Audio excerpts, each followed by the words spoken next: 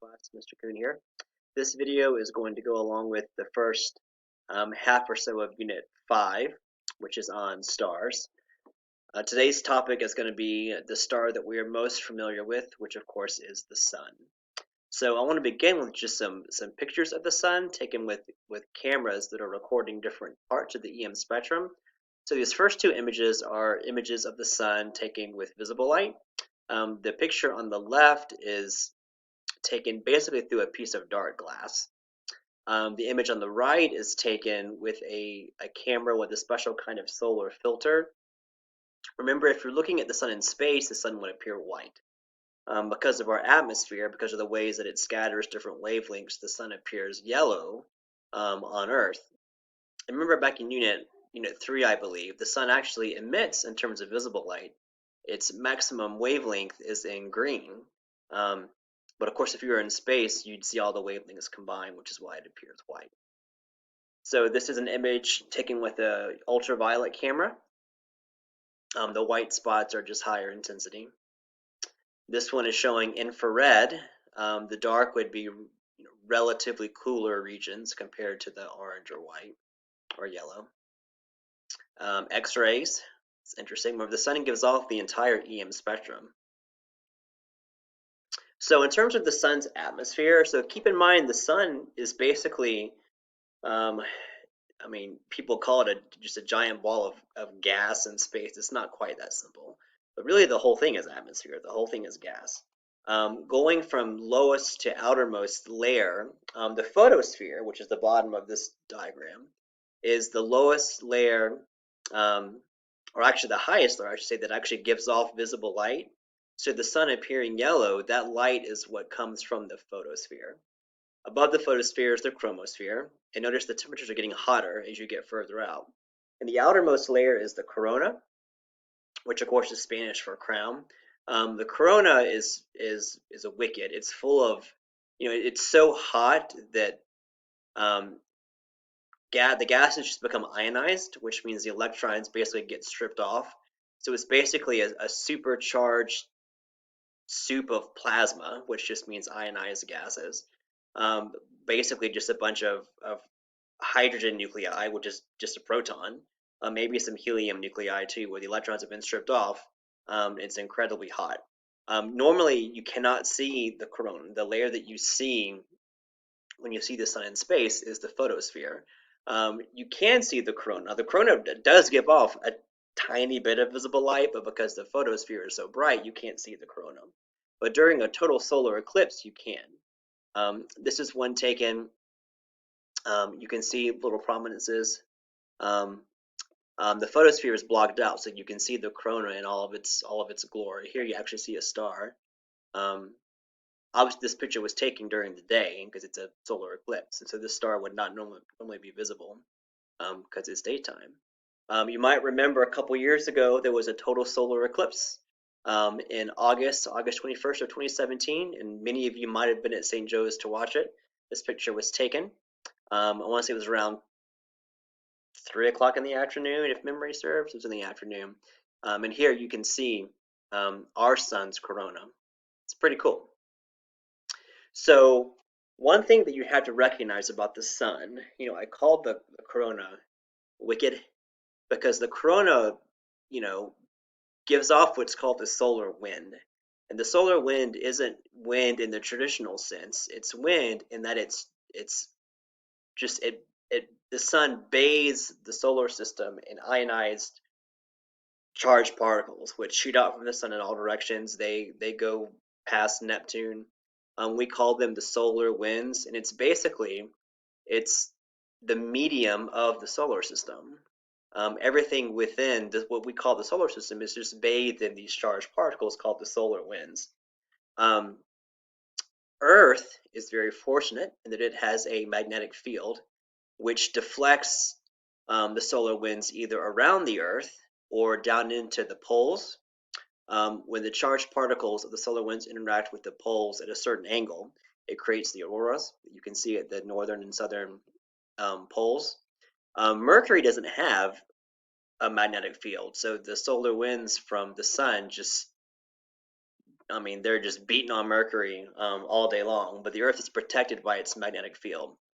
Remember, anything with the charge is going to interact with a magnetic field to go with the field lines. Um, in this case, protecting or deflecting the solar winds around the Earth. This diagram is a schematic of the solar system, and this actually relates to the solar winds also.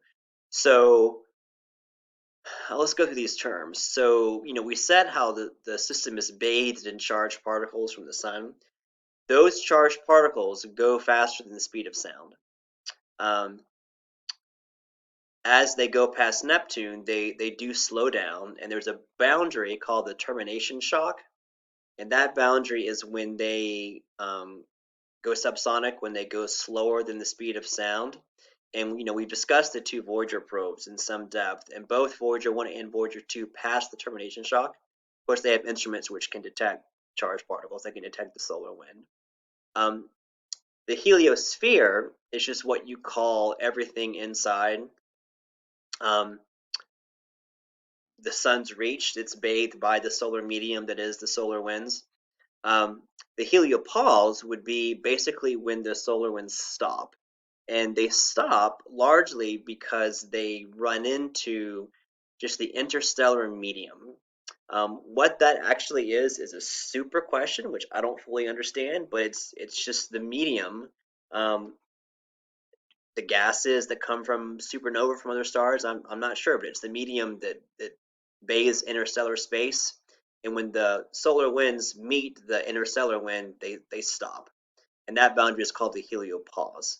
And both Voyager probes have, since this picture obviously was created, have passed the heliopause, so they are now officially in interstellar space. The bow shock, this is a theoretical thing that may or may not actually exist, but it's the idea of, if you're on a boat and you're going forward and you hit a wave coming toward you, there's like a ripple effect. There's a bow shock, and the idea here is because the sun is moving through the interstellar medium. The idea here is that it creates kind of a shock wave too, or a bow shock with the interstellar winds. Um, I did some reading into this recently, and the latest missions have shown that this actually does not exist, that it's just a theoretical thing, but it's sort of been observed around other stars, so it might just not exist for our sun. Not fully sure. Um, right now it's hypothetical. Okay, sunspots. We gotta discuss sunspots. So sunspots, um, Galileo gets credit for discovering them because he from a European standpoint did, but the ancient Chinese, there's records thousands of years ago where they were observing sunspots, and they're basically regions on the sun's photosphere that are relatively speaking cooler by 1,000 or 2 degrees. They're still hot, but they're cooler in comparison, and they rotate around the sun. That's how we know that the sun rotates. Galileo observed them rotating. It was one of the bits of evidence he used to disprove Aristotle's idea that the sun was a perfect sphere that was never changing. It does change because the sunspots, they appear and they disappear and they move. Um, and what causes them are local disturbances in the sun's magnetic field. Now, this takes some explanation. So, Earth has a magnetic field because Earth has a molten core. Um, over the course of Earth's history, the North and South Pole, magnetic North and South, have flipped. We're talking over tens of thousands of years. The sun has a magnetic field because all those charged particles give the sun a magnetic field. It doesn't come from the inside of the sun, it comes from the outermost layers. And the field lines can interact such that it can, think of it as it can sort of um, interfere with the normal convective forces of the sun's atmosphere.